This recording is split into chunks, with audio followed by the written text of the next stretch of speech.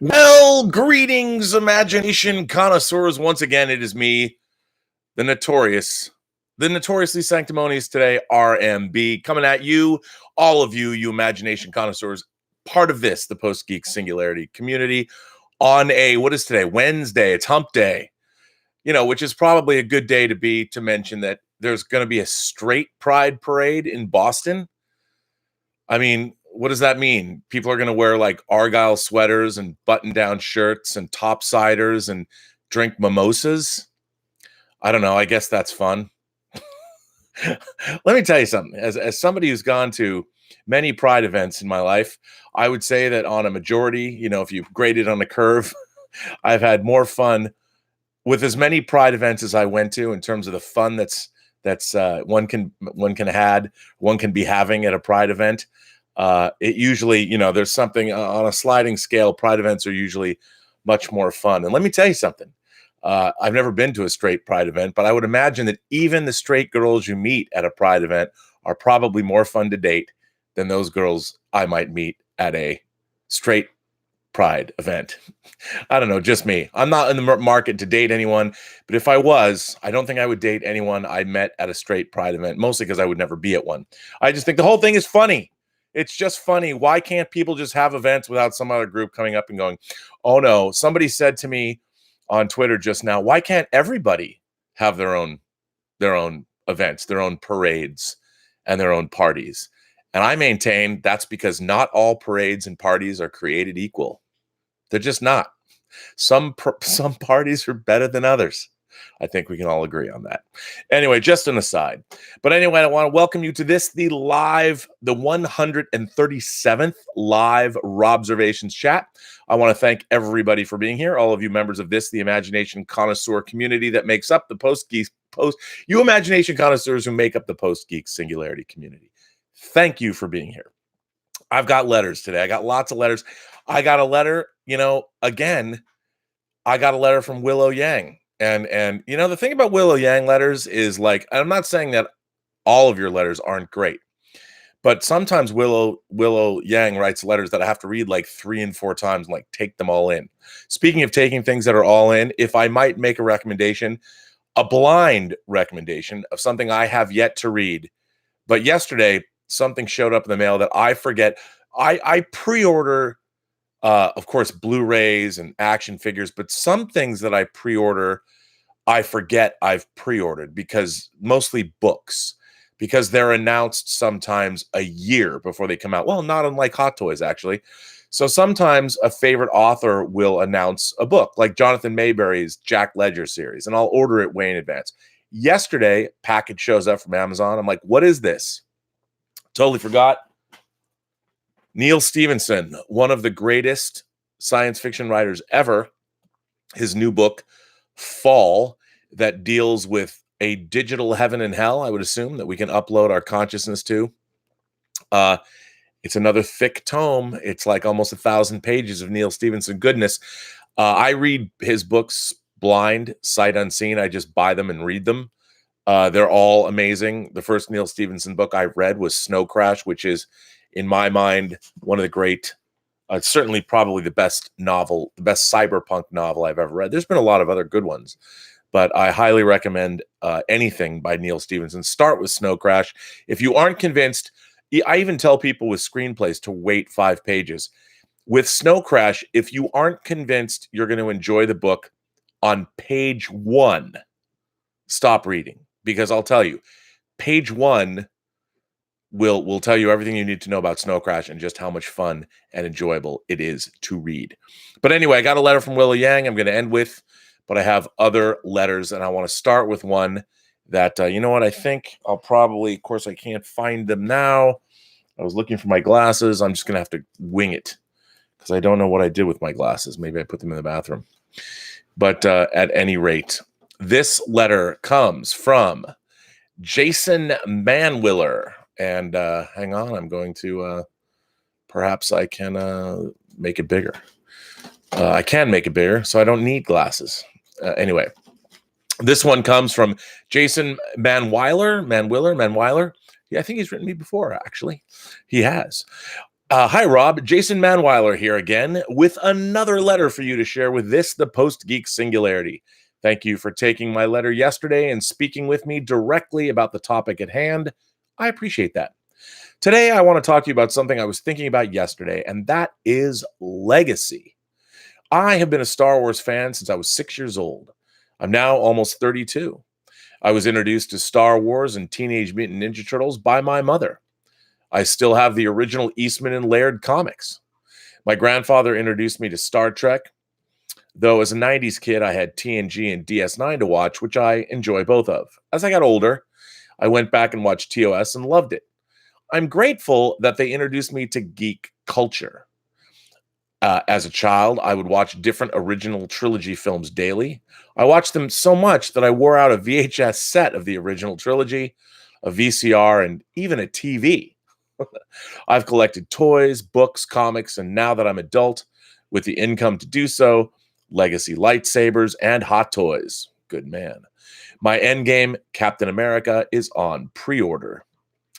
Lately, I've been disengaged from the Star Wars franchise, and even Star Trek by some extension.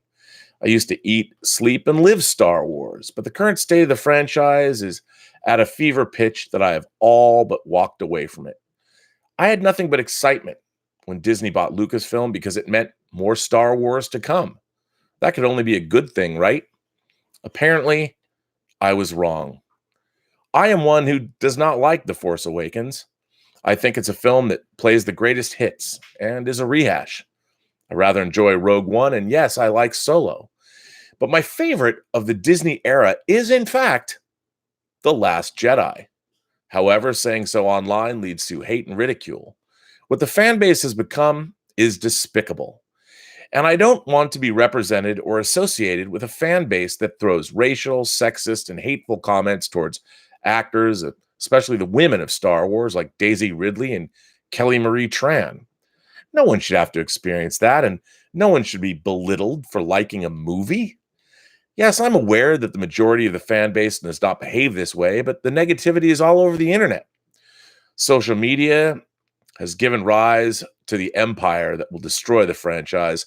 So I'm not speaking of Disney, I'm speaking of the fans. I'm so disgusted and ashamed of the franchise. I did not watch any coverage of Celebration this year. I've stopped buying product, and I don't care about seeing the rise of Skywalker anymore. All of my wind and love for this franchise has been let out of my sail.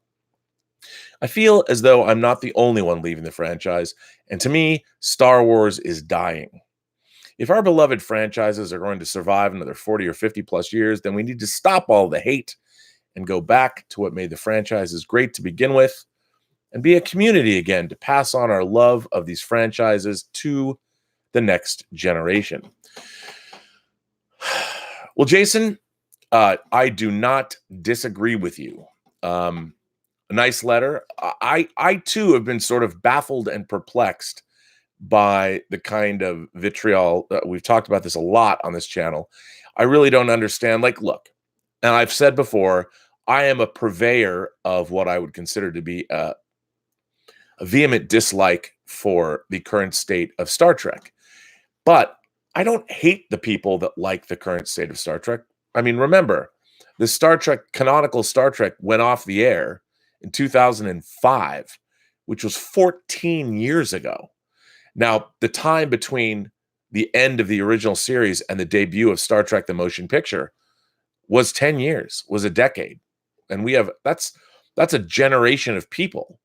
Like, that's 14 years is a long way to go from where we were to where we are. And the people that are seeing Star Trek Discovery and love Star Trek Discovery are loving Star Trek for their first time. Now, I can rail against it and I can be mad about it, but I would like to think I bring cogent discourse and I can explain why it is I dislike the show. But I certainly don't begrudge anyone else for liking it, because I understand that, look, pop culture is cyclical. And what I found strange is that Star Wars came out in 1977. It's a product of its time. It's from 42 years ago, and of course it's going to change. nothing is the same. Nothing stays the same. We've talked a lot about what is the shelf life of pop culture on this show. How long does pop culture last? And I honestly think we should come up with a formula, but I think that really that pop culture will last about 20 years is probably a good number for pop culture to last. Star Wars, I think after its original creator, after George Lucas left after the prequel trilogy, which remember, the guy who created Star Wars comes back and makes 3 movies, the first of which, The Phantom Menace, which just celebrated its 20th anniversary, has become reviled by the fan base at the time. Now we have a whole new group of young people that saw it. I mean, if you were 8 years old when you saw The Phantom Menace for the first time, and that might have been your first Star Wars movie, because after all, it is episode 1, you're 28 right now. 28 years old, which means your entire adolescence and teen years and college years and early 20s might have been spent the biggest Phantom Menace fan in the world. And there were people that would tell you, Phantom Menace. Now, at least Phantom Menace was made and it was financed by George Lucas. Whereas now in the Disney era of Star Wars, a major corporation has been sold the franchise. And the reason, look, everybody's making movies to hopefully make money because they're an expensive proposition and you need a return. But Disney did not buy Star Wars because they wanted to make the world happy. They wanted to make the world happy and also get their dollars. And Disney knows more than perhaps any other company in the world that by making their customers happy, they'll make money. So Disney wants to provide you the best Star Wars they can. However, they're constrained by they must have the broadest mass appeal. They can't offend anybody. At least they try not to offend anyone. And they want to make the best Star Wars they can. They don't want to make bad Star Wars. And it's such a strange thing to me when somebody makes a movie that isn't exactly, I mean, Disney, if you look at what they've tried to do, they've tried to make the best Star Wars possible. You know, it's not like they've given it over to a single individual and their company who it's in their best interests to suck off the corporate teat to get as much money as possible, which is what is said, say happened to Star Trek. No, they're allowing different filmmakers and different people to come in. I think when people look back at the first 10 years of Disney's custodianship, is that a word? Custodianship of the Star Wars franchise. Once we live in a post-Mandalorian world, a post-Cassian Andor series world, whatever episode 9 turns out to be, I think ultimately they've provided The Force Awakens, a movie I didn't particularly like very much at all. I agree with you. But I think they've done right by Star Wars. And if nothing else, you know, a lot of people said, oh, and I've talked about it on the show, that, oh, Disney, the Galaxy's Edge that just opened at Disneyland in here in Anaheim, and then also will open at Disney World. People have said, oh, it's only based on Disney Star Wars. Well, yeah, that way they know they own it. But they've also created, I mean, the one thing about Galaxy's Edge is they've made this sort of canonical new planet, Batuu, and it's an amalgamation of a lot of different elements. But yes, it's based on the new Star Wars, because the new Star Wars takes place, 30 years after Jedi or whatever? I don't know what canonically the actual number is, but they're trying to create a real experience. And by everyone's feeds and the video I've watched on YouTube, everyone seems to be really enjoying Star Wars Galaxy's Edge. I haven't heard anyone say, oh, it sucks. Talk about a shameless cash grab. I mean, Galaxy's Edge is designed to manufacture money for Disney, but it's also designed to provide the greatest experience it can while we fork over our hard-earned dollars. And in my mind, Star Wars Galaxy's Edge is a perfect example of what Disney can do with the Star Wars franchise in grand fashion. I mean, they built us all a life-size Millennium Falcon, like we can walk around and stuff in. It's crazy what they've done.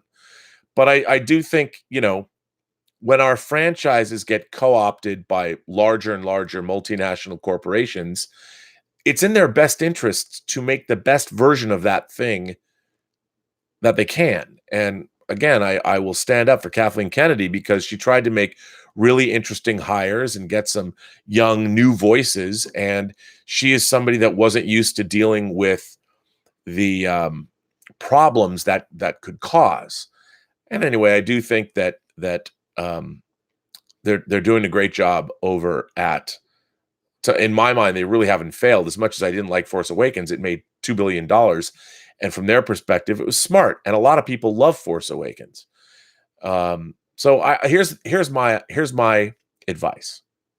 As someone who's seen things that I love go up and go down, pop culture is a luxury. It's a luxury item. We're not running away from the dinosaurs or predators on the African veldt. We have places to hang our heads. We have the internet that we can talk and argue amongst ourselves. We live in a world that's pretty damn great. And we're getting new Star Wars. There was a time I didn't think there would ever be new Star Wars and Star Trek. But every time we're getting new Star Trek or Star Wars, or James Bond or whatever it is, we're getting a new Dune movie. Hell, they're making a Dark Crystal. They've made a Dark Crystal TV series. What? I would say, whatever your fandom is, keep the faith, because you always have the movies that you love. You can always go back to them. As a James Bond fan, I don't have to watch Man with a Golden Gun or Live and Let Die or Die Another Day. I can go back and I can watch From Russia with Love, Goldfinger, and Thunderball. I can watch On Her Majesty's Secret Service. I can watch Spire Love Me. There's a lot of things that are part of the fandom that I love that are still here. No one's taking them away from me, and that's pretty cool. So I would say if your fandom gives you happiness, you should stick with it. And if it doesn't give you happiness, turn off the internet. You know, that's all you have to do. Go play Battlefront 2 again, or just play Battlefront on PS4. But anyway, I want to thank you for writing me. I thought your letter was thoughtful and it was interesting. But look, I would say keep the faith, because one day you never know when a new Neil Stephenson novel just shows up because you forgot you pre-ordered it.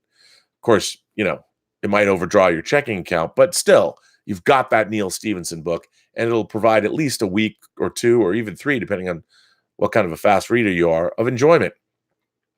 So anyway, that's what I would say. Keep the faith. As much as I hate Star Trek Discovery, I still watch it. It's not Chernobyl, or some would say Star Trek Discovery is actually Chernobyl, but you know what I mean.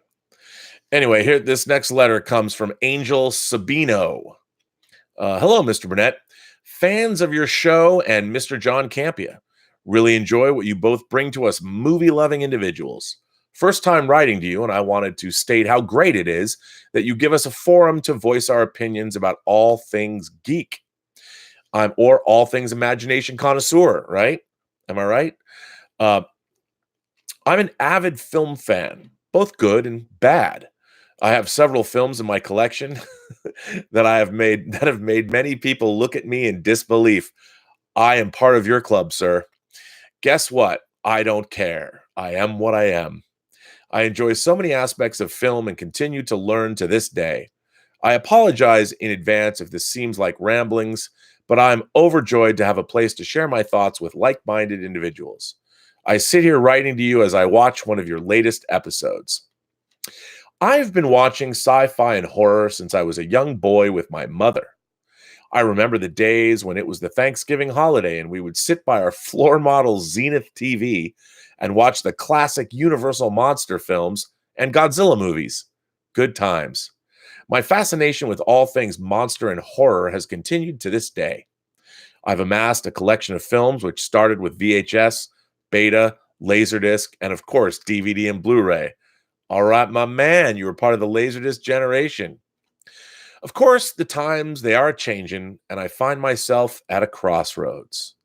Dun, dun, dun. The decline of physical media. John Campea and yourself have touched base on this, and I honestly don't know what to do next. So here is my question to you. What do we as collectors do? Do we continue to spend money on items that maybe in 10 years will no longer be important to our current generation, or go the way of the dinosaur and evolve with the current way that movies are available to us?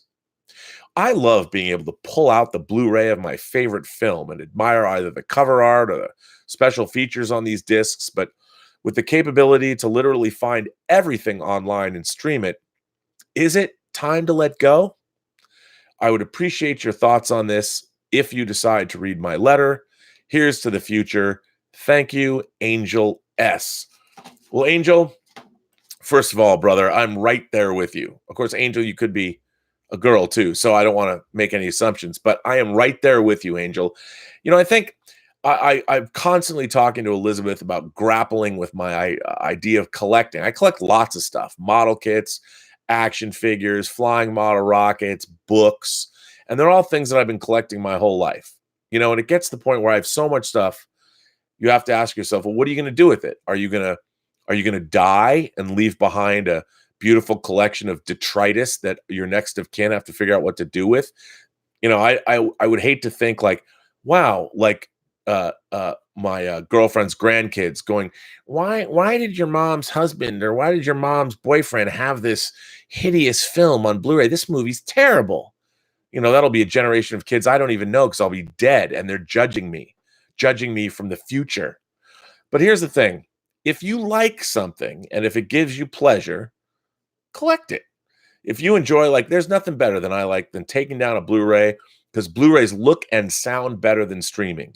If you have a 4K disc and a 4K TV, I'm hoping that somehow I'm going to get a windfall and I can buy that 77-inch Panasonic OLED TV from the UK that they don't sell here that costs like $12,000. Like, I don't have $12,000. And if I had $12,000, I'd probably get yelled at if I spent on a 77-inch OLED TV. But I'd spend it on that. I'd totally buy that TV. Because I use this TV, my screen. I use it all the time. If you love what you collect, don't give it up. Streaming is not there yet. 4K discs are beautiful to behold. Dolby Vision, HDR. It's all great. And especially when you get a movie. What did we get this week? We got we got all four of the original Warner Brothers Batman movies in 4K. Now there's, of course, an online argument because they remastered the sound, and the gunshots that were repurposed from a different film in the original Batman have been changed at the behest of director Tim Burton. Everyone's all up in arms. Same thing was true of Superman the movie. But I love having my physical media. You know what it is? It's kind of like your physical media is explaining to the world at large what's on your mind. What are your favorite movies? I think that's true of anything that you collect. Why do you collect these Why do I collect Hot Toys figures as opposed to Teenage Mutant Ninja Turtle figures or as opposed to Funko Pops or whatever? They just speak to my sensibility. But John Campia loves his Funko Pops. I don't like Funko Pops, although I'm going to buy that deformed head 2001 figure that's being put out in Japan because that's cool. But whatever you like, like I've got a quarter scale figure of Sharon Stone from Basic Instinct looking down on me right this minute. Why do I have that? Because I love Basic Instinct. I don't think anybody else loves Basic Instinct as much as I do, except the other idiots that bought this statue. Not idiots, connoisseurs, imagination connoisseurs. So keep on collecting what you like to collect. Life's too short. If you have something that you love, collect it. But here's the thing. Physical media is going to die. I've gone through collections. My VHS collection, I had hundreds and hundreds of movies on VHS tapes. In 1985, I had been buying Laserdiscs, and I hated all the dropouts in all of my VHS tapes, so I took them all en masse to college. I put them on the 5th floor of A dorm at the Evergreen State College, and I didn't look back. I don't even care what happened to those tapes. They were in A dorm's 5th floor kitchen.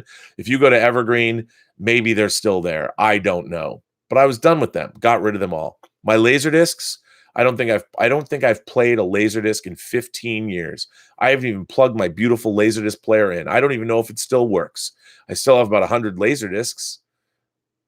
I kind of love them, though. I kind of love them. If all my mirrors broke, I could look at myself in my Laserdiscs. Maybe I'll repurpose them. Who knows? But, physical media is going to go away. It's dying. Special features are dying. I don't like it that they are, but they are. And life goes on. And eventually we're going to be streaming everything. We're all going to be VRing it up. Life changes. But anyway, that's I think you should enjoy if you collect things now. Love what you collect. Enjoy it because life's too short. Life is too damn short. So that's really what I have to say about that. This next letter is a short one. It comes from Joe Lynch. Joe Lynch says, Rob, I'm a noob, and I sent you a super chat, but I didn't get to type my message. I've done that. I've sent John Campea super chats while I've watched his show just to give him a hard time, and I forget to actually type in a message. I just send him a super chat for, no reason at all. I'm a noob and I sent you a super chat but didn't get to type my message. I posted below in the chat. I would love to purchase all of your Alien Legion comic books. Let me know. Joe, done. I think I have my Alien Legion comics pretty much collected. I have a lot of, I've got both sets and then prestige format books. I'd have to gather them all up, but brother, if you really want them, you're welcome to them. I will sell them to you cheap. I love the Alien Legion. I hope one day they make an animated series out of it or something. Let's see. Oh, I see that. Let me answer a super chat right now. Speaking of super chats, one just came in. Rakan Man, a longtime supporter of the channel. Rakan Man 85 says, Rob, I just sold my custom 6th scale Jason from Friday the 13th Part 2. I may need a 6th scale Figures Anonymous. Just light up those displays already. I know everyone's asking me to light up these displays. And by the way, I have this backing. I put the backing there, and I haven't put the backing here yet. So I can put. I got plans. You know what? I'm gonna do that this weekend. I'm gonna get this all lit up. I promise. I haven't even decided. Am I going to keep the DC characters here? I got the Marvel characters here. There's things I'm going to hang up. It's going to look better here, But yes, I am. Will do that. But you know what? 6th scale figure collecting is a little scary, especially when you're buying custom figures. If you go down the rabbit hole of collecting custom 6th scale figures, let me tell you, it is a trap. It is a trap from which you will never emerge. But it's a glorious trap, and it's one I continue to thoroughly enjoy. So yes, indeed. I can't recommend it highly enough. You know how much I love my figures. I just lost, hang on, let me get the letter I was going to read because I was excited to read this letter. This letter comes from, from Lynn. And I'm going to read this letter, and I need to get it back, and I need to find it again because I lost it. And I apologize for that. Let me get it real quick. I had it. It was right here. I had it, Marcus. I had it in my hand. And that's not it either. And where did it go, people? See, I lose the very letters I want to read. Well, here's a quick one. This one comes from James Sparrow. Mr. Burnett, I wasn't sure if this is the correct avenue to ask this question, but sharing similar interests like we seem to, I was curious if you know of any places that still have copies of scripts for sale. I'm really trying to obtain sliders and Star Trek Phase 2 scripts in particular. James Sparrow. James, that is an interesting question. You are able to find things. I would mostly look online. There used to be places like Cinema Collectors or Eric Caden's shop on Hollywood Boulevard where you could get those scripts. And I don't know about Star Trek Phase 2, but you could certainly get sliders scripts and things like that. I don't know because I haven't bought a lot of scripts lately, but there are. I know there's resources online. Once you start Googling, where can I get TV scripts? There's going to be collectors or people that have them. In terms of the Star Trek Phase 2 scripts, for those of you who don't know, there was a Star Trek series in development before the motion picture called Star Trek Phase 2. And they went so far as to build sets, and they did costume tests. There's a great book by the Reeve Stevens called Star Trek The Lost series, and they had commissioned 13 scripts to be made. And a few of those have been made in various incarnations, such as for Next Generation, The Child, which was the second season opener, and Devil's Due from season 4 were actually made. And then other scripts were done as fan productions. John Povil, who worked on The Child originally for Phase 2, his version of that, he directed it for Star Trek The New Voyages, the fan film. And they also did Katoomba over at James Cawley's place, which was another Phase 2 script. So they're out there, but you got to find them. This next letter comes from a new fan, somebody who's been watching the show, who I've become quite fond of. She lives in Japan, and she works on music things in Japan. Her name is Lynn Hobday. I don't know if it's Hobday. That's her name, and I think she's very cool. And you'll see why I think she's very cool when I read this letter. Dear Rob, I hope you are well, and many thanks for creating such a welcoming, warm, inclusive, and inspiring community on YouTube. I first heard you talking about Star Trek Discovery on Midnight After Dark, or Midnight's Edge After Dark. I hope I got the name right. And I found your enthusiasm and passion for Star Trek uplifting. Your perspective as an industry professional and as a fan is unique, and your musings and the wonderful letters from fellow members of the extremely intelligent and discerning imagination connoisseurs are inspiring. I do listen every day, but normally never manage to hear you live, time zones. I reached out to you on Facebook a few weeks back and was very happy to hear from you. I was very happy to hear from you, too. I've been meaning to write a proper letter, but by the time I've thought things out, I hear a new video and then it gets me thinking again. So at last I've put digits to keyboard and I just wanted to write you a few words. I have only been to the States once, which was when I helped out with the music coordination for, drum roll please, if this isn't awesome. Let me just begin again with this sentence.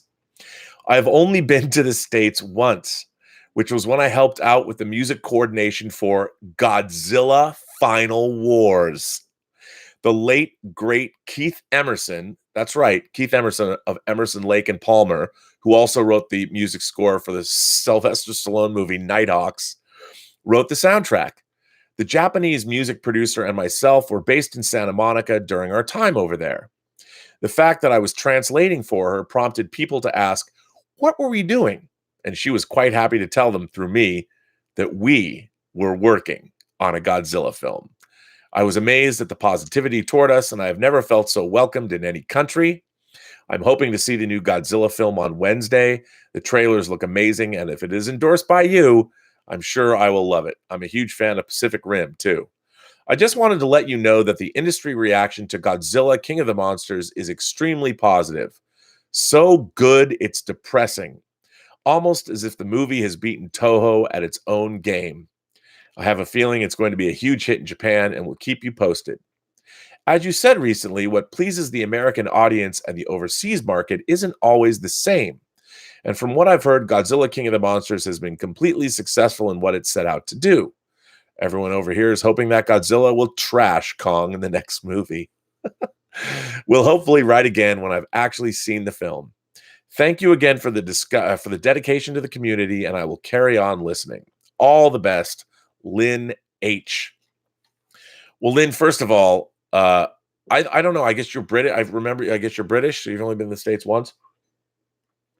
Let me just tell you, first time I saw Godzilla Final Wars was at the Chinese Theater on Hollywood Boulevard. The cast was there. It was an insane event. And I had so much fun watching Godzilla Final Wars because it was kind of an amalgamation. Godzilla Final Wars was kind of an amalgamation of Godzilla versus Monster Zero, or Godzilla versus the Astro Monster, or Invasion of the Astro Monster, which is my favorite Godzilla movie. And it was a cross between Destroy All Monsters, and I loved it. I have to say, Keith Emerson's score is a little strange, to be honest, but I love that he scored it. It was awesome. I mean, who at Toho made that decision? They're like, who can we get to score Godzilla Final Wars? Keith Emerson. I'd love to know the story of how that happened. So if you could ask your Japanese compatriots who, in fact, could do that, or how they could tell us how he got involved, I'd be very interested. And by the way, can I write you letters and have you start sending me the Japanese die-cast toys that I want, the Bandai Soul Chigoken stuff? I'll pay for it. But, it's always good to have a hookup because HobbyLink Japan, I don't know, it's probably better to go through HobbyLink Japan anyway. Don't want to burden you. But anyway, one day I'll have to, my dream is to go to Japan. I want to go to Japan. I've talked about doing Robservation Nation, where I'd crowdfund money and just travel around the world or travel around the United States and come meet people and do broadcasts, like live broadcasts from places. I think that'd be pretty cool.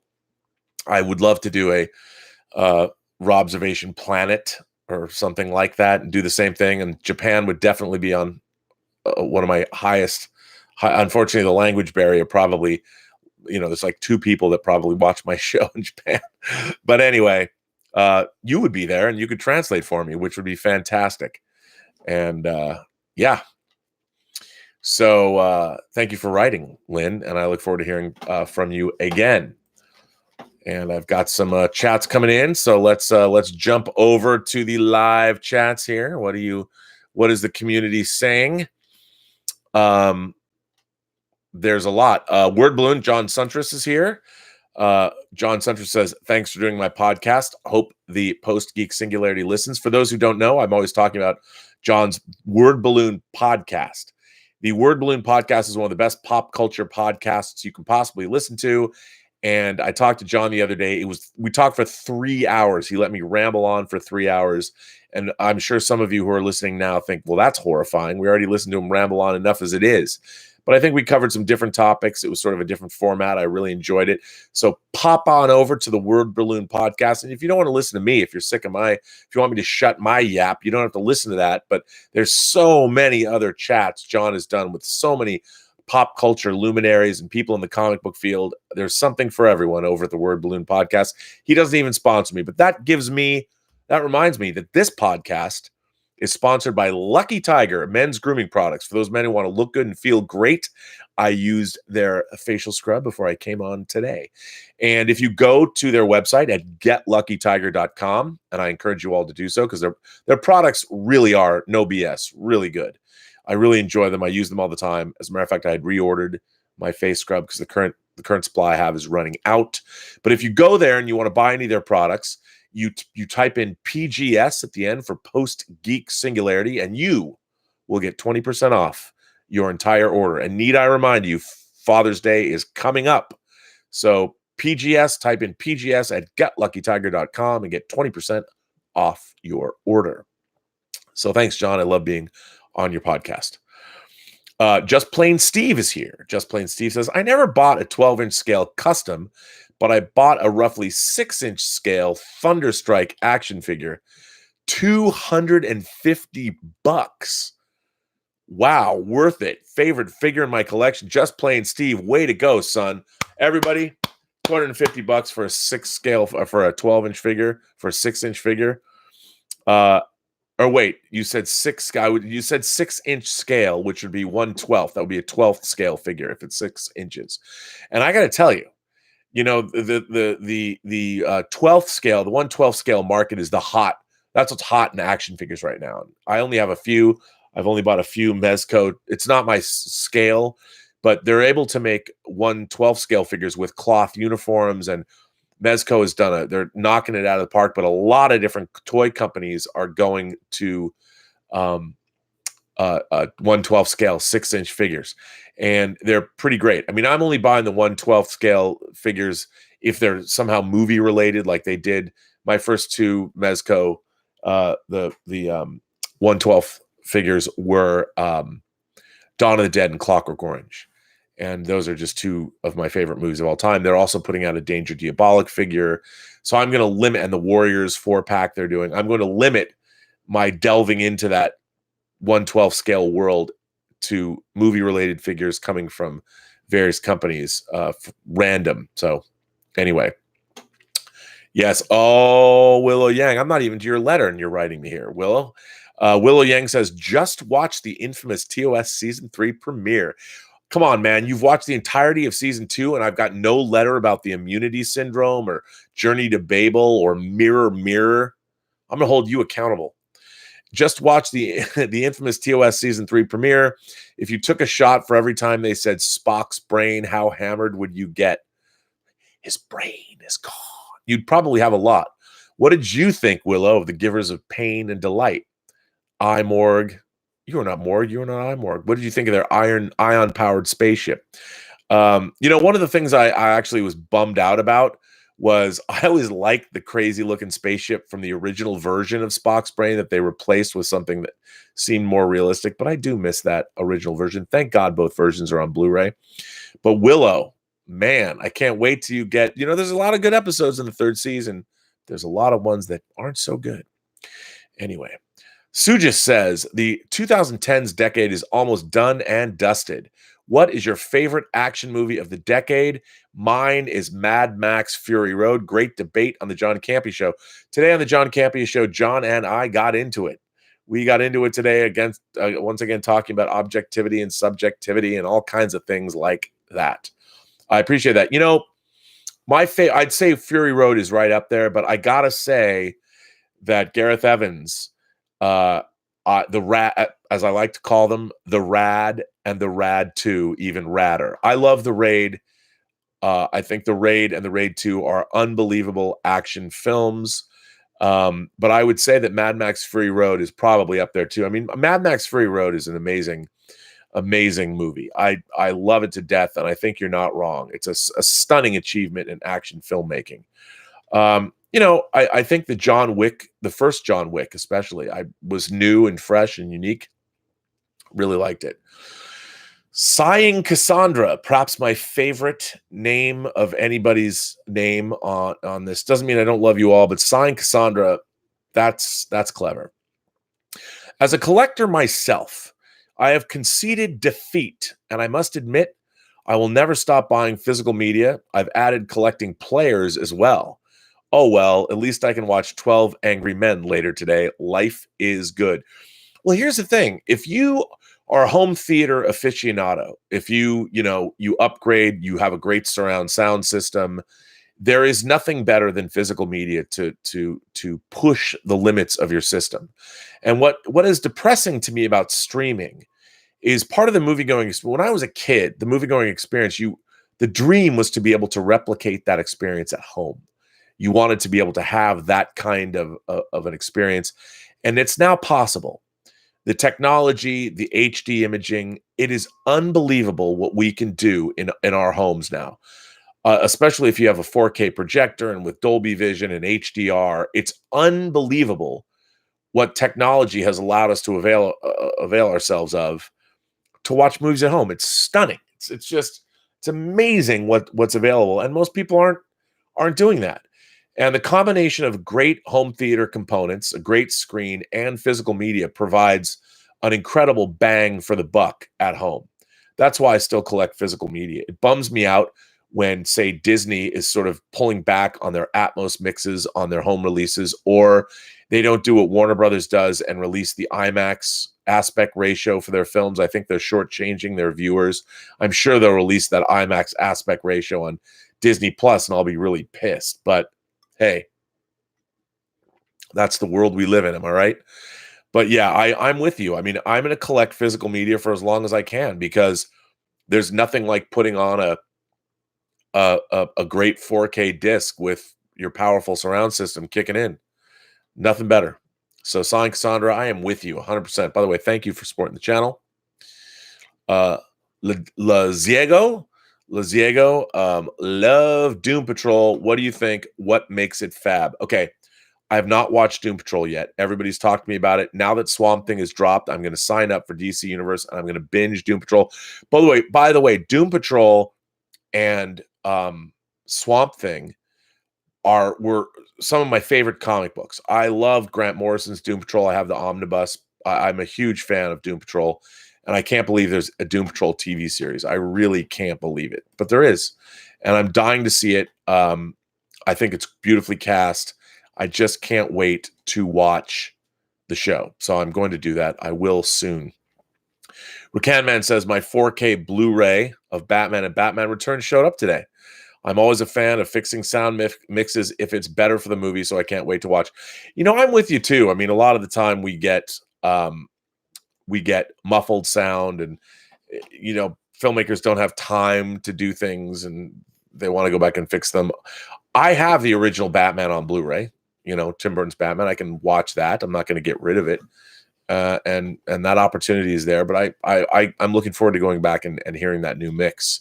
I'm only going to get Batman and Batman Returns, which it sounds like what you got. If I ever watch Batman Forever or Batman and Robin ever again, I have the Blu-rays. I can watch those.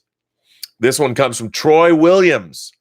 Hey, Rob, last week on the John Campea show, there was a discussion about whether or not there should be standalone X-Men character films before they come together for an X-Men team-up movie in the MCU.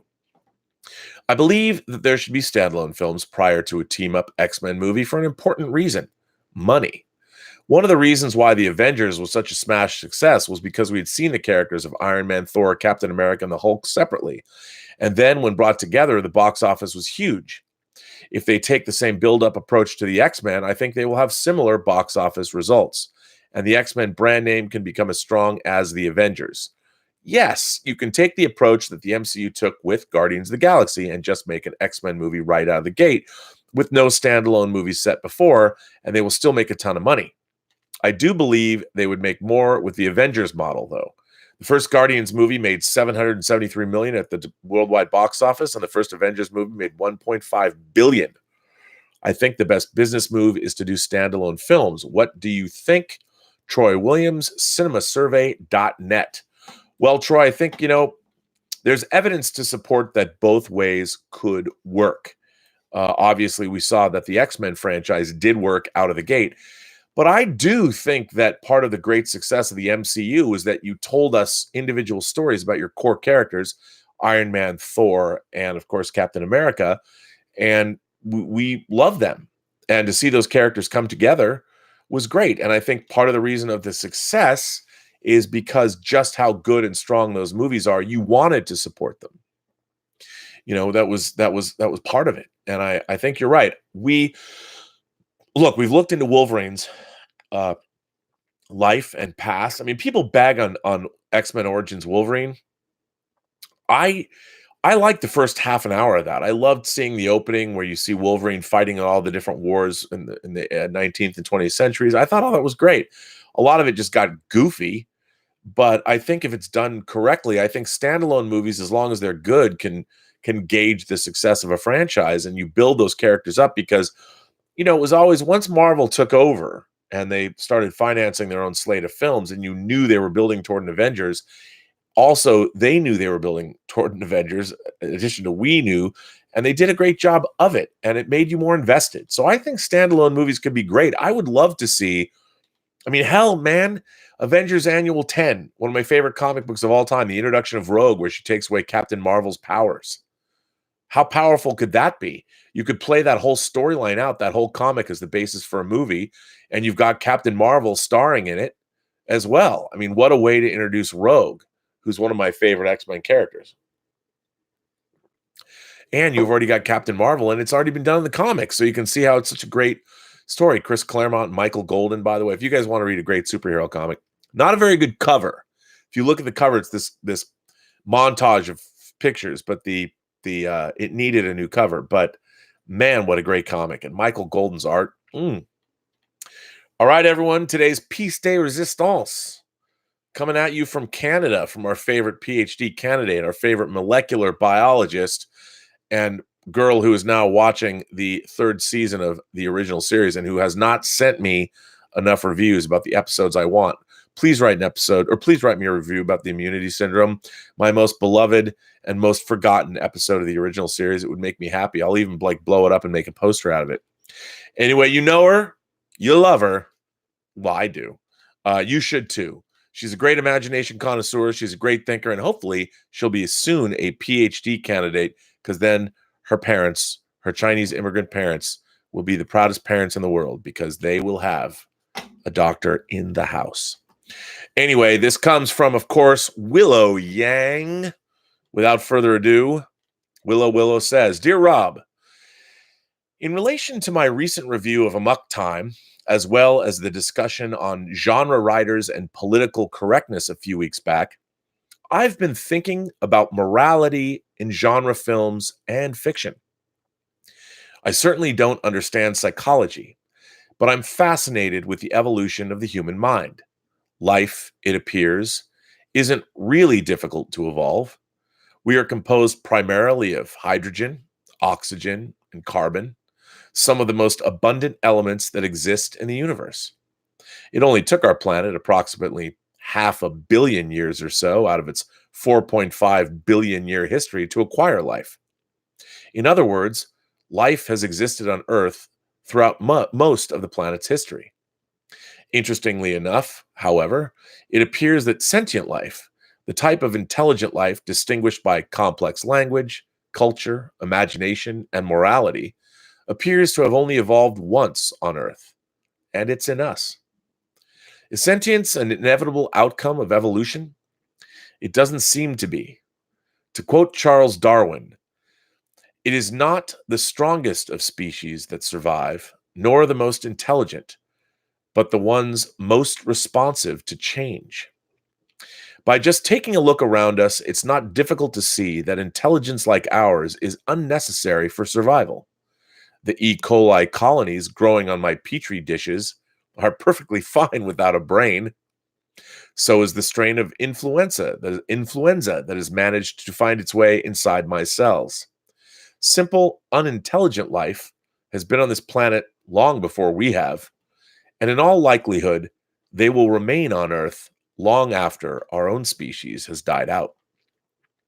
Nature is not peaceful and harmonious. It is harsh, horrific, and merciless. Our closest relatives, the chimpanzees, wage wars and murder each other over resources.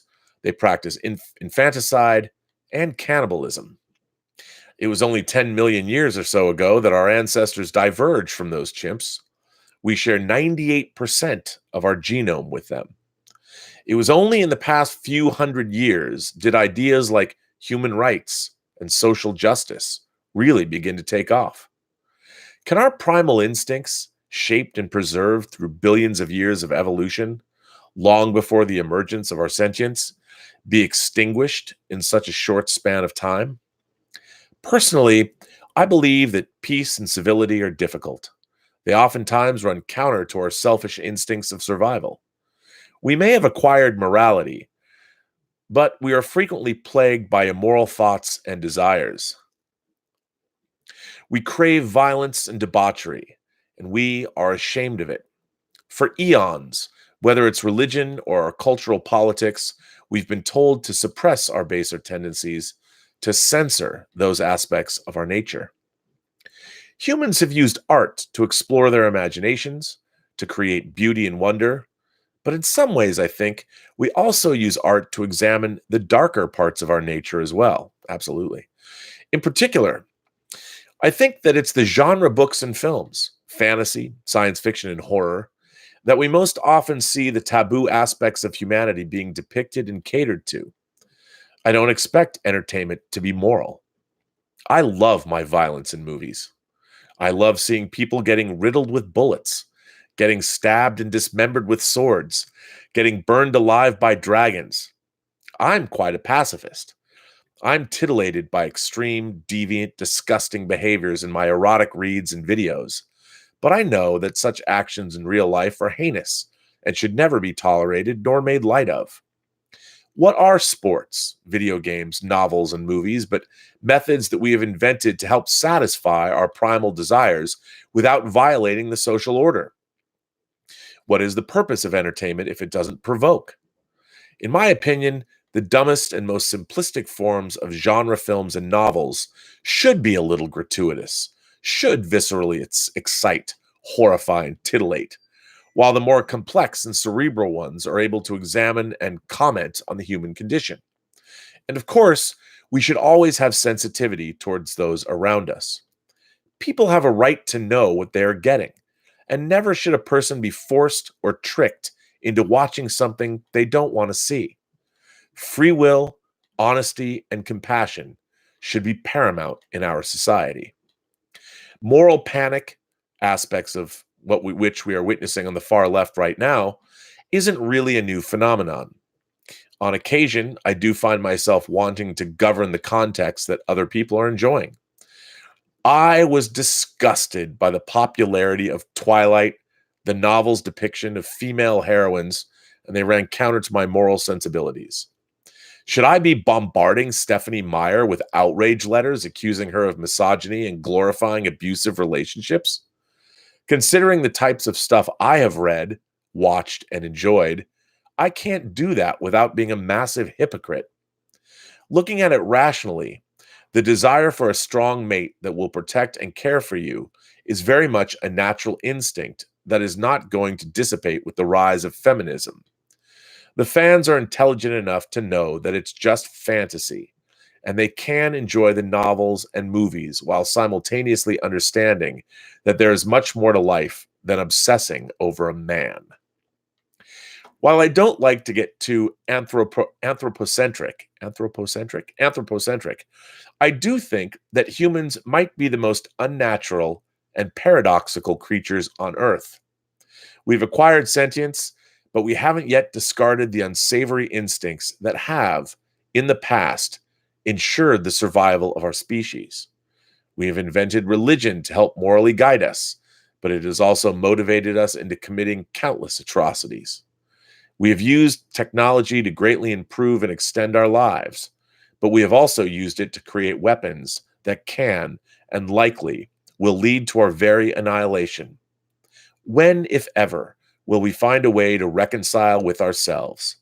I do not know.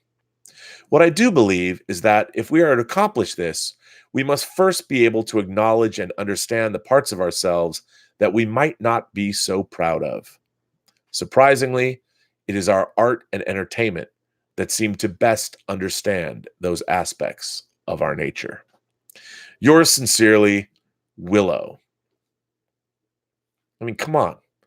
You know, I could read these letters all day. We should collect them. I think I'm going to collect all of Willow's letters and put them in a book. And, you know, there are people that have said, you know, Willow's letters aren't that good. They're pretty good. I mean, you know, what's really interesting about Willow's letters is, regardless, I just love that how thought-provoking they are and how they inspire all different kinds of thoughts in my mind. I'm thinking about many different things. But I have to say, I wholeheartedly agree with Willow.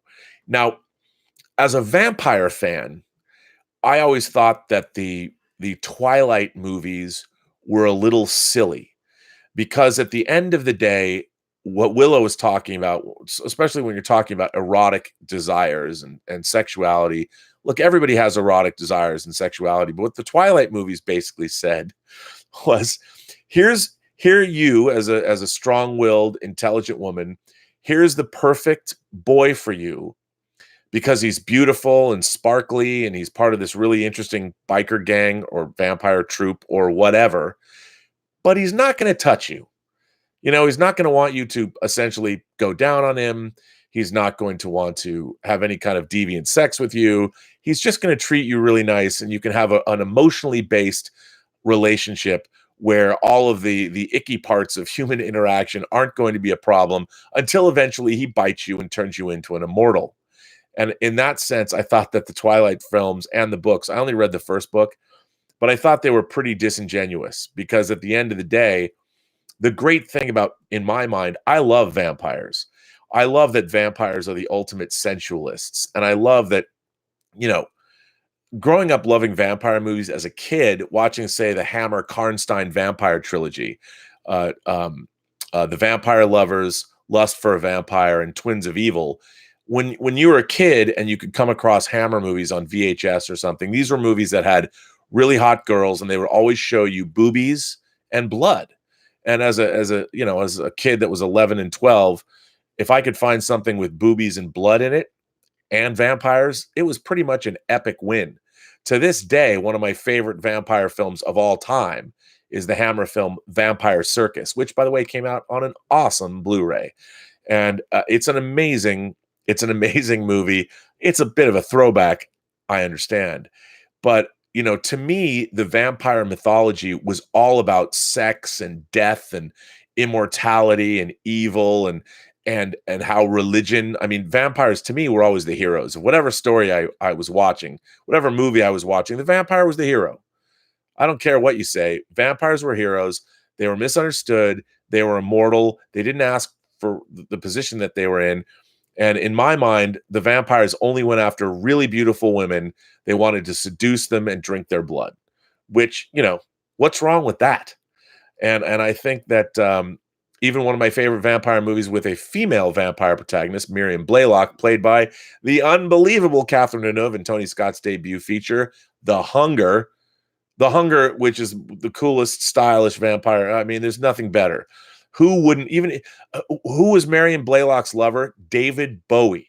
I mean, come on, you've got Catherine Deneuve and David Bowie. Unfortunately, David Bowie's life had reached an end, because anybody that Marion Blaylock bites has a life expectancy that's much shorter than hers, even though she wouldn't tell you that. And when you rapidly age, she sticks you in a box and puts her she puts you in the attic, which kind of sucks. So Miriam Blaylock, she kind of sucked at the end of the day, but she looks like Catherine Deneuve and she can play classical music and she was from ancient Egypt. So who wouldn't want to be with her? And who wouldn't want to be a Lost Boy? When you're watching The Lost Boy, okay, Michael, he's a handsome dude. But let's face it, you wanted to join Kiefer Sutherland's band of vampires. And the ad line for The Lost Boys was sleep all day, party all night, never grow old, never die. And then they added, it's fun to be a vampire. Heck yeah, it is. Who doesn't want to be Lestat? If you've read Anne Rice's books, I mean, Louis was a different case. Louis was like, I don't want to be a vampire. No, man, everybody wants to be Lestat. So I think Willow is right. We get out. It's easy to be titillated through our genre fiction, whatever it is we like. I mean, Clive Barker's books deal with all kinds of deep deviant sexual behavior, and that's why they're interesting to read. I mean, I don't know. There's all, and I'm fascinated by every form of human sexuality. Straight, gay, omnisexual, whatever you want to call it. Human sexuality to me is all about behavior. It is all about our desires, because if you're not using the sexual mechanisms for procreation and you're using them for other things, what they are is it's a collision of your sensory experiences and your imagination. And with the other thing about sharing those things with other people, it's very potent, heady stuff. And what's not to love about all of that? So I think Willow's right. I mean, dealing with the darkness in our lives and in our souls and the horrific awfulness that human beings are capable of perpetrating on one another, dealing with them in the context of fantasy, science fiction, fantasy, and horror is a way to confront these issues directly and still give us each sort of a distancing factor. It's like, hey man, that's not me, that's the character in the book I'm reading, or that's the character in the movie I'm watching. I'm not really interested in sacrificing virgins and drinking their blood so I can live forever, but the characters in the book are. Well, you know what? I wonder if how many people, if you were offered immortality, if you had to sacrifice a virgin once a year and drink her blood, or sacrifice, if you're if you're a female, sacrificing a male, or a female as well. Let's just say you're a human being and you had to sacrifice a virgin, the kind of virgin that you found delicious. You had to sacrifice a virgin once a year and drink their blood, and you could live forever. Would you do it? I think most people would say right off the bat, no, I would never do that. I'll be honest. If I could be immortal and I only had to sacrifice one person a year and drink their blood, I don't know. I mean, I could see that. I could see, you'd figure out a way. You'd compromise your own moral compass, and you'd rationalize it to yourself, because your existence as an immortal could have more insight into the human condition than a lot of people on the planet, right? I don't know. I'm just saying. I think that's why people read genre fiction, because they can deal with these things. Look, I desperately want the alien invasion to happen. I really do. I want to be here for that. I want to see what happens. I'm hoping that when we meet aliens, they don't have, heat rays that want to take us out. But I'd like to see it. And one of the reasons that I read so much science fiction, fantasy, and horror is because I see myself as living in those fantasy worlds that are depicted in this kind of material, whether it's television and comics. And I've wanted to live in the Star Trek universe my whole life. And I think that Will is absolutely right. That's the great appeal of genre literature. It also helps people deal with their own lives. And I think it's very important. And I think trying to impose some kind of a moral order on the actual work itself isn't fair, because all of us as human beings have dark, arcane, carnal, whatever you want to call it. We have unclean thoughts, and they happen all the time. And that's part of our condition. That's part of how we're hardwired. So I think that it's normal. And this idea, look, I don't think that playing violent video games is going to make people want to go out and perpetrate violent crimes. The way I drive in Grand Theft Auto through a city is not going to be the way I'm going to actually drive in a city. It just isn't. So, uh, I just don't see that there's a correlation. I think the people that actually go out and perpetrate violent acts have something else going on. I think that there's been far more good done by extreme science fiction, fantasy, and horror, whether it's full of violence or sexuality. And a lot of the time it's not. A lot of these genres are dealing with the basic truths of human existence. What does it mean to live all day long? To live in this crazy world where you don't know what's going to happen from one moment to the next. There's never true security here. You can never entirely know another person's heart or another person's mind because there's always a barrier between you and another person, whether it's the barrier of flesh, whether it's the barrier of truth, whatever it is. You can never know until we can mind meld like Vulcans. We can't know those things. That's why genre literature, I think, is so important. It's because it gives us a way to deal with our innermost thoughts and maybe dark desires, but there is, of course, the buffer of having it be science fiction, fantasy, or horror. It's not real. So I think it's very healthy to indulge in that kind of fantasy play, as long as you're not encroaching on the rights of another human being. I'm all for it. Racanman85 just said, you just stirred up again about my hate for the loss of physical media and how much I hate Disney's Atmos mixes and lack of IMAX ratio. Racanman85, I'm with you. I think it's irresponsible, and I think you're shortchanging your customers. Disney used to provide, despite the fact that there has been editing of their animated features throughout the years, they have provided incredible transfers for the most part and pretty great. I worked for them in the early aughts, of course. I worked on everything from The Emperor's New Groove to the first Snow White DVD. I did a whole piece called Disney Through the Decades. They took some of it over and put it on the Blu-ray. Of course, I made a feature-length Making of Tron documentary. I loved working for Disney. They did a tremendous job, but the fact that they're not including IMAX aspect ratios of their new Marvel films, maybe they're saving those, and their Atmos mixes are subpar. Why are you shortchanging your consumer? I understand they want to move everybody over to a platform like that, but why compromise the very product you're still selling? If you don't want to sell that product to consumers anymore, don't do it. But why shortchange it? Why make it an inferior product? I don't understand. So Racanman85, you got me riled up now too. Stubble McShave says, I've reached in the pale moonlight in my rewatch. Well, can you live with it? I can live with it. I can live with it.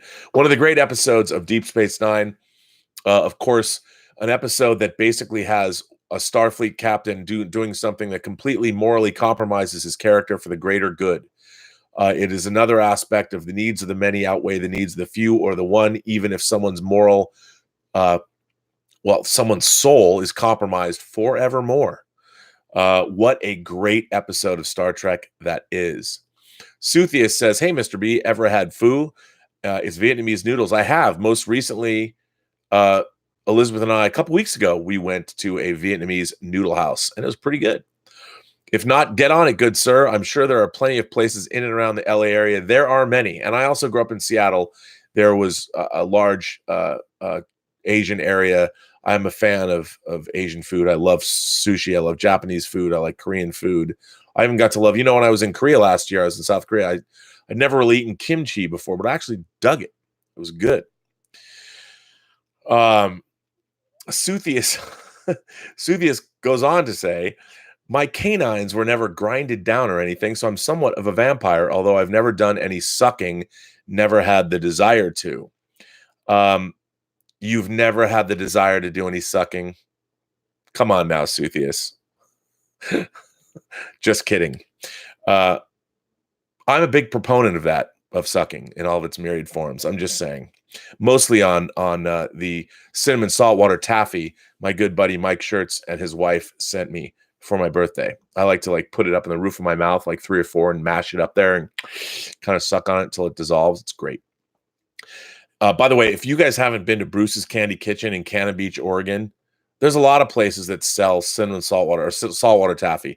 I was surprised that even in the Rocky Mountains in Colorado, they have saltwater taffy stores, which I don't understand. I thought To me, saltwater taffy is, you have to live by the ocean to make it, but perhaps not.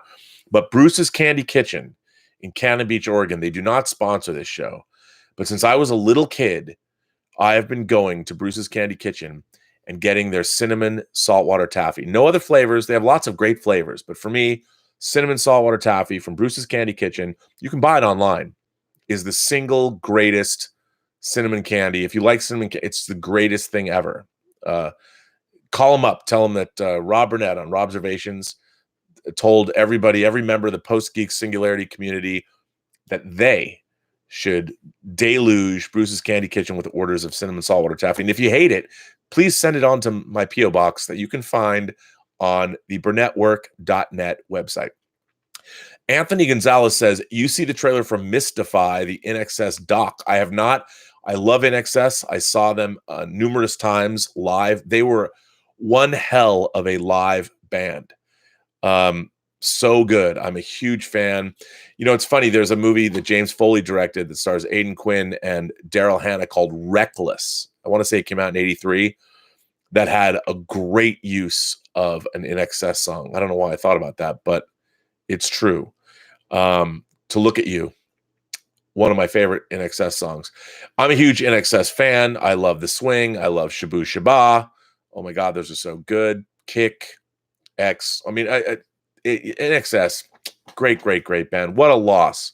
Michael Hutchins' loss was a loss for all of us.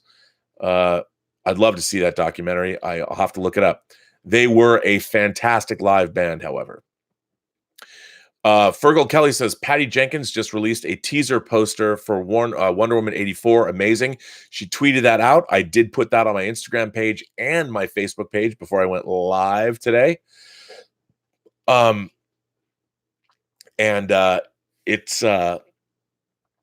great. Great poster. I hope I can get a printed one because I'd love to get that poster.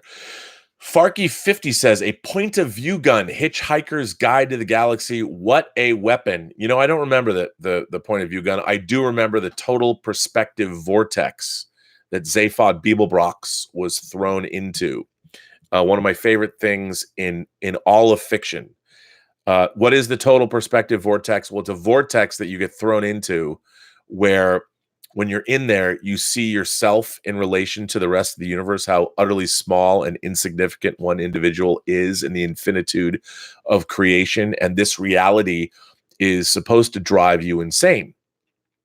Well, what's great is Zaphod Beeblebrox, the two-headed president of the galaxy, or ex-president of the galaxy, gets thrown into the total perspective vortex, and he comes out, and the guy's like, the guard, and he's perfectly fine. The guard's amazed by this, and he says something to the effect of, you've been into the vortex? Zaphod Beeblebrox is like, yeah. And you've seen yourself in relation to the rest of the universe? Zaphod's like, well, yeah. Well, what did you discover? Zaphod's like, what I knew all the time. I'm a really great guy. I'm Zaphod Beeblebrox. Something I always remembered from the radio show. I loved it. So good. If you guys haven't heard the Hitchhiker's Guide to the Galaxy radio show, I don't know if I haven't heard it in a while. You can get the whole CD, but get the original or the CD set. Get it. It's so great. Even if you've watched the TV show or you've watched the movie, the radio show is where it began, and the radio show is where it's at. I really loved it. Suthius says, I've always pronounced his name Ghidra, like Hydra. I can't stand Ghidorah. I can tolerate Ghidra. See, I would say Ghidra. I used to say Ghidra. Ghidra sounds so much cooler. It's like Magneto and Magneto. I never said Magneto. My friends would say it's Magneto. I was like, no, it's Magneto because he's Neato. Ghidra. I never said Ghidra like Hydra. Ghidorah, King Ghidorah. See, I always said King Ghidra. I don't know why do we say Ghidra? Ghidra, the three-headed monster. Was that the Anglo thing? Was that what happened there? I'm not really sure. Stubble McShave says, we need to see you compete on the Schmodown. Here's the thing. As you know, I was the first Inner Geekdom champion on the Schmodown. I honestly don't like competing on the Schmodown anymore. I'm content to be a manager. And the reason for that is everyone studies now. Like before, if I was in a trivia competition where I was just, relying on my knowledge, it was fine. And when the Schmoedown first started, it was fine. But like, there's whole periods of recent history. Like, I don't know Matthew McConaughey rom-coms. I don't know Failure to Launch or Serendipity or whatever the hell, 50 Ways to Leave Your Lover or 50 Ways to Leave Your, I don't know. There's so many movies that I don't know that now now I'm seeing less and less movies than I've ever seen because I'm very specific about what I watch. So there's just a lot of stuff I don't know, and I'm competing against a lot of the people in the Schmoedown cover movies for a living.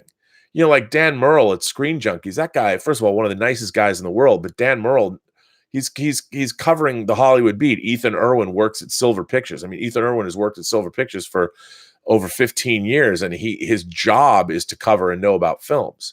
And while I make films and all that, I just don't watch movies, and I used to see everything. So competing on the Schmoedown is hard for me, and it's frustrating. It drives me crazy because I get beat because there's just stuff I don't know. I don't know the Harry Potter movies backwards and forwards. So competing in the Schmoedown, even in Inner Geekdom, but when they hadn't added that, I think, in the beginning when I won. I don't, or maybe they did. And you know what? The only reason I think I won the Inner Geekdom Championship is because there was a Kenneth Branagh question that I was studying the topic. I was studying Harry Potter movies. I haven't even seen to this day. I think there's one Harry Potter movie I haven't even seen. So I just don't know, and I didn't read the books. So having to compete with that category, even in Inner Geekdom, I'm like, I can't. What do I know? I don't know. But yeah, my knowledge, I leave it to the young whippersnappers who are studying. But I still know a lot. But I know things in a different way than facts and figures and I've never been somebody that paid much attention to actors. I was always more of a filmmaker kind of person. But anyway, Fenwar wants to know where Gilbert is. Gilbert is sleeping along with Tallulah. Gilbert is actually right here on the floor. I was running them ragged before I came on this broadcast. So yeah, that's true.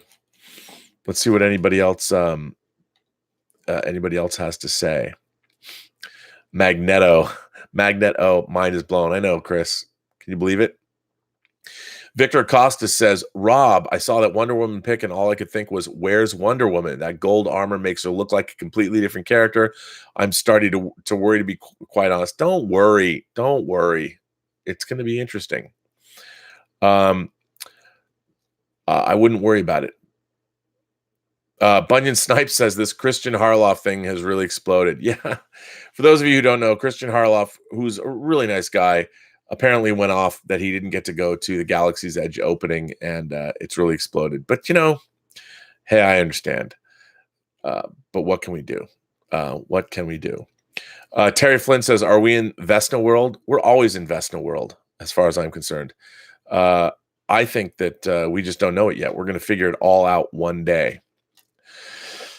But anyway, man, this chat's gone on for an hour and a half. I think I'm going to bring this to a close because there's 2 more Black Mirror episodes that I want to watch. By the way, I was really surprised at the one it was there's a Black Mirror episode that I don't want to ruin it for you, but better these Black Mirror episodes that just dropped, what I like about them is, and I've read a little bit about them, is they're low key. They're not as histrionic as the Netflix era of Black Mirror, but judging from the one that I've watched, it was very low key, yet somewhat shocking and pretty interesting. I was surprised that they went there, but I really enjoyed it. And I've heard all 3 of these episodes are more low key, but very surprising.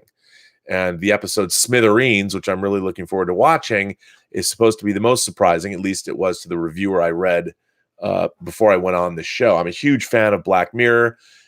Cannot wait to see the new episodes. And they did drop on Netflix today at midnight, 3:00 Eastern time, and midnight last night they dropped, and I actually watched one at midnight.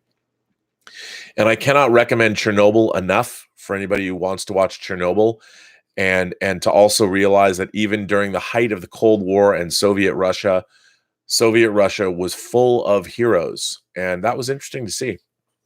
Really enjoyed that. So I'm going to end this chat, ladies and gentlemen. I want to thank all of you members of the Post-Geek Singularity community, all of you imagination connoisseurs, my moderators, Terry, Jim, Mike Bodden, and Greg Smith, some of which are not here. Terry is here. It's always good when Terry is here. I want to encourage everybody to go to Pride events in your town because they're fun, and they'd be a lot more fun than straight Pride events would be. Let me tell you. I want to thank Lucky Tiger for sponsoring these chats. And for all of you, I'm going to wish you all to have a better day, as I always do. And remember that every person that you meet has a story to tell that you have yet to hear. And all you have to do is listen. And with that, Suthius says, are you a theme park roller coaster guide? Yes, Suthius, I am. I love theme parks and I love roller coasters. What's that? There's one more super chat. And Sujith says, I agree. The Screen Junkies review of X-Men was sad. First of all, let me answer those. Suthius, I love theme parks and roller coasters. The bigger and faster and scarier, the better. Bring them on. I love theme parks so much. That's why I can't wait to go see Galaxy's Edge. And Sujith says, what Sujith is referring to is Roth Cornett and Dan Murrell reviewed X-Men Dark Phoenix, and their review, which I watched last night, just made me sad. You know, there's an episode of the original series called This Side of Paradise. It's a first season episode, and it's about a colony, a human colony, that's headed up by Elias Sandoval, and it's the episode that Jill Ireland plays Leela Kalomi, a woman that once knew Spock, and she was in love with Spock, and Spock could not return her love, and so the Enterprise crew comes to this colony, and they find out that this colony has a secret, and everybody's been hit by these spores, and these spores have made them living in perfect harmony and love, but they've become complacent. They haven't built anything. They haven't done anything. They've just kind of lived in this blissed out state. And it's sort of taken away their ambition, even though everybody feels really good all the time. They've done nothing. And then the Enterprise crew is able to break this colony free of the control of these spores. And Spock is famously affected, and he is allowed to let go and the control that he has, and he falls in love with Leela Kalomi. And for a moment, he was happy, and he'd never known that before. But then at the end of the day, you realize that these colonists that hope to create this new utopian civilization have created a civilization that has no forward momentum, and it's sort of empty and vacant. And at the end of the episode, James Kirk says, another dream that failed. There's nothing sadder. And even as a kid, I was like, oh, that episode, I got it. I got what they were saying, that, you know, we can't just lead a bliss. Basically, what it would say now is, you can't spend your life stoned all the time because you're never going to accomplish anything. And ultimately, at the end of the day, you might think you're happy, but happiness will elude you because the drug has lulled you into a false sense of accomplishment and security. And I got that when I was a kid. And when Kirk said, oh, another dream that failed, there's nothing sadder. When I watched Dan Murrell, a man whose opinion I greatly respect, and Roth Cornett, review X-Men Dark Phoenix, I felt that. I heard Captain Kirk's line, because as people know, I produced the special features for X-Men and X-Men 2. I have been friends with Bryan Singer for a long time. I love Days of Future Past. I was on the mixing stage for Apocalypse, and I've loved, you know, even the bad X-Men movies. I still enjoyed watching them. I love the cast. It never I hate it when a big budget movie that I'm looking forward to comes out and it's not good, because I know how long it took for people to make it. So it bums me out that X-Men Dark Phoenix is subpar. I take no pleasure in that. And there's nothing that irks me more than to see an unsuccessful film, especially from a franchise that I dearly love. So Sujith, you and I park our shuttlecraft in the same shuttle bay or in the back of the same Constitution class starship. And I was bummed out. I was sad, but you know, I'll still go see it, and I expect to hear from you guys. So anyway, I'm going to bring this chat to an end. Thank you for listening. Thank you for supporting the channel. I very much appreciate it. I will be back on the John Campea show tomorrow for my last time this week. And then I will be back here probably. I'll try and get back here at 1 and do another show tomorrow. But thank you, Imagination Connoisseurs. Thank you for everyone who's here. I will see you tomorrow.